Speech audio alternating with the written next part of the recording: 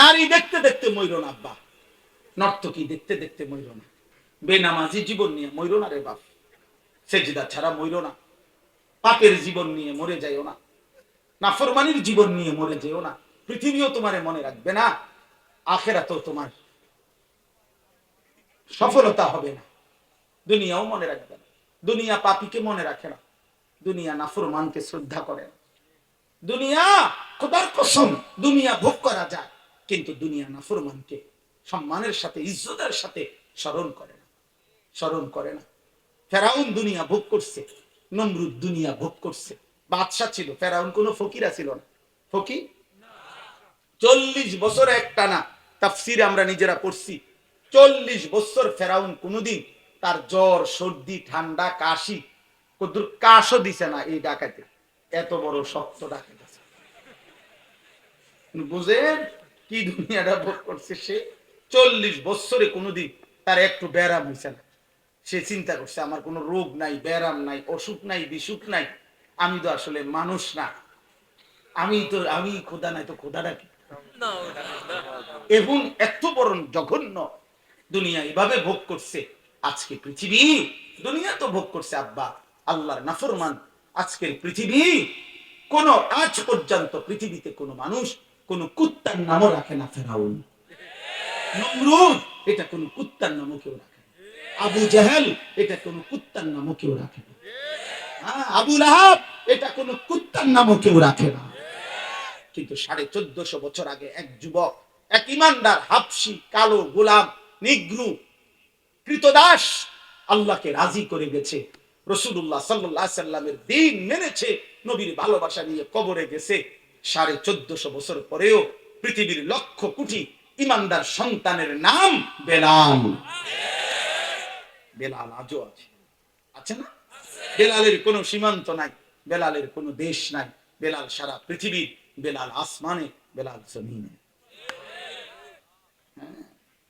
এই ঠিক ইনশাআল্লাহ, আমি তো এটা বারবার বলছি, বারবার বলছি, 1000 বছর পরে বাংলার ইতিহাসে এই পৃথিবী যদি থাকে, আগামী 1000 বছর পরেও এই বাংলার যেই ছোট্ট বাচ্চা বড় হবে, সে ইনশাআল্লাহ শহীদ শরীফ ওসমান হাদি রাহমাতুল্লাহি আলাইহি এই ইমানদার যুবককে শ্রদ্ধার সাথে স্মরণ করবে। পৃথিবীর ইতিহাসে স্বর্ণের অক্ষরে তার নাম লেখা হয়েছে। এই 3 জন ওসমান পৃথিবীতে যাদের নাম সোনার অক্ষরে লেখা হয়ে গেল, এক ওসমান, ওসমান ইবনে আফফান, ইসলামের 3য় খলিফা, তিনি ওসমান। দ্বিতীয় ওসমান, এই পৃথিবীতে মুসলমানদের শেষ খেলাফত যার হাতে প্রতিষ্ঠিত হয়েছিল, ওসমানী খেলাফত, তুর্কি খেলাফত, যেটারে অটোমান খেলাফত কয়, অটোমান সাম্রাজ্য, অটোমান এম্পায়ার। এই তুর্কি খেলাফত 650 বছরের তুর্কি খেলাফতের প্রতিষ্ঠাতা যিনি ছিলেন, তিনি ছিলেন ওসমান, ওসমান গাজী যার নাম ছিল। আর এই 3য় ওসমান আমার মাটির শহীদ শরীফ ওসমান হাদি ইনশাআল্লাহ। এই জন্য যুবক, তাকেও ভুইল না, আল্লাহকেও ভুইল না, দেশকেও ভালোবাসো, নামাজের সেজদাও দাও ইনশাআল্লাহ। আগামীর সম্ভাবনা ইনশাআল্লাহ, আল্লাহ তৌফিক দান করে, আল্লাহ আমাদের ছেলেদেরকে কবুল করে, আল্লাহ আমাদের সন্তানদেরকে, তোমরা মাতৃভূমির হেফাজত করো। আমগরেও প্রত্যেক দিন বলে হুজুর সাবধানে থাকেন, খেয়াল করে চইলেন, কথাবার্তা হুঁশ করে কইেন। আমারও পরিষ্কার বক্তব্য এটা, যে সুজা হিসাব গুলি করুক আর খুন করুক আর গুম করুক আর হত্যা করুক, যে যাই করুক বেটা, দেশের কিংবা বাহিরের যেই গুলি করুক খুন করুক, সহজ বাংলা হইল শেষ পর্যন্ত গুলি করে খুন করে আমারে তো আমার আল্লাহর কাছেই ফেরত পাঠাইবে না? কথা বলে না? ফেরত পাঠাবে কার কাছে? আর কসম খোদার তিনি ইনসাফ করবে, আল্লাহ তো জুলুম করবে না।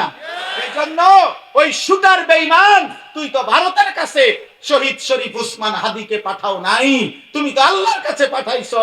আর তুমি দেখবা শহীদ শরীফ ওসমান হাদি এখন জান্নাতের বাদশা। তুমি তো তারে অন্য কাছে কোথাও পাঠাইতে পারো নাই, আল্লাহর কাছেই তো পাঠাইছো। ওই কোথায় গেছে? মালিকের কাছে গেছে না? খালাস, আর অসুবিধা কি? এই মরণে অপমান কি? এই মরণে লজ্জা কি? কথা বলে না কেন? শরমের কি? সুর ডাকাইতে মরছি নি? সাহসের সাথে মরছে। সে নিজেই বলছে আমারে গুলি না করা পর্যন্ত আমারে থামানো যাবে না।